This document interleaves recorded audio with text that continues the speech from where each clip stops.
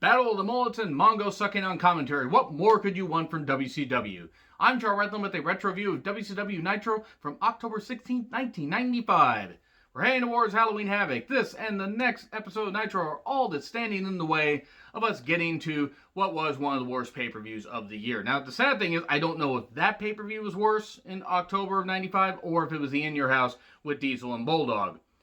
Probably the WCW pay-per-view because my fucking god, the monster truck match and the Yeti and all this shit, and Flair obviously betraying Sting as we all knew it was coming, but they made Sting a goddamn idiot.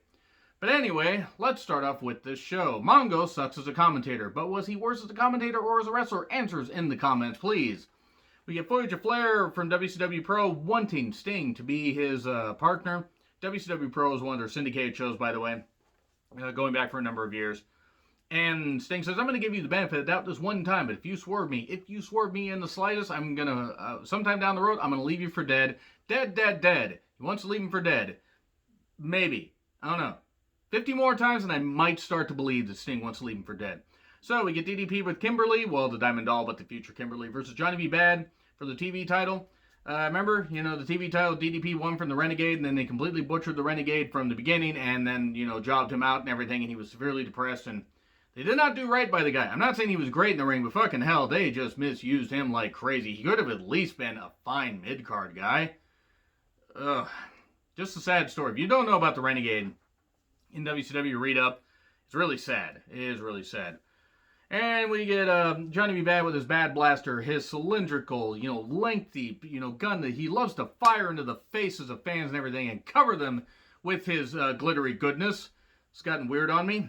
DDP grabs it after blasting him from behind with the TV title and grabs it and pumps another man's gun and fires it off and everything. And he's celebrating in the splendor as all the glittery goodness and confetti and everything from another man is all over him and all over the ring. And man, I turned wrestling into something really weird, don't I?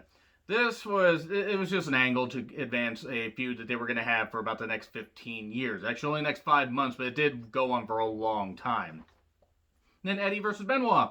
Battle of the Mullets, and this was goddamn good. Benoit focusing on the arm of Eddie and some really, really good technical wizardry. This fucking snap power bomb by Benoit at one point, it looked like Eddie just got freaking destroyed. And Eddie hit a good dive and everything, good crossbody. He hit some good stuff, but Benoit dominated him. Hit the Dragon Suplex for 3. That was your lot. Really good TV match. This is well worth going to check out alone. This is about the only good thing from the show, or at least the only thing you should go back and revisit. Mean Gene then says about the Hotline. One of the top superstars in the WWE, without mentioning them, got into an altercation with a fan in a parking lot. That was about Shawn Michaels getting in a fight with 30 Marines, with actually one, and he was drunk and pilled out of his goddamn mind. He was a goddamn idiot at the time, hitting on one of the Marines' girlfriends and got injured, and then had to relinquish the Intercontinental Championship. Remember? I don't remember. I actually think it was right around this time because they had, let's see, I'm trying to think about the timeline. So he did give up that championship to Dean Douglas at that In Your House. That had Diesel and Bulldog. Which one was worse, by the way? Halloween Havoc 95 or In Your House from October 95 with Diesel and Bulldog? Which one was worse? Because it's kind of a toss-up, in my opinion. So, Giant and Sullivan, they have a promo. Halloween Havoc hype. Sullivan saying I'm the personification of evil. He's just a personification of stupidity. I never care for Kevin Sullivan. Then Ming scares Disco Inferno. He should have thrown him off the goddamn stage and thrown him out of the goddamn company, in fact, because Disco Inferno is one of the worst people to ever be involved in wrestling. Ming versus Hacksaw Jim Duggan. Duggan got pyro. Duggan then got beaten 2 minutes. That was it. That's your lot right there. Hogan then talks about the evil inside him. We know, Hogan. We know you hate the black people. We know you hate them.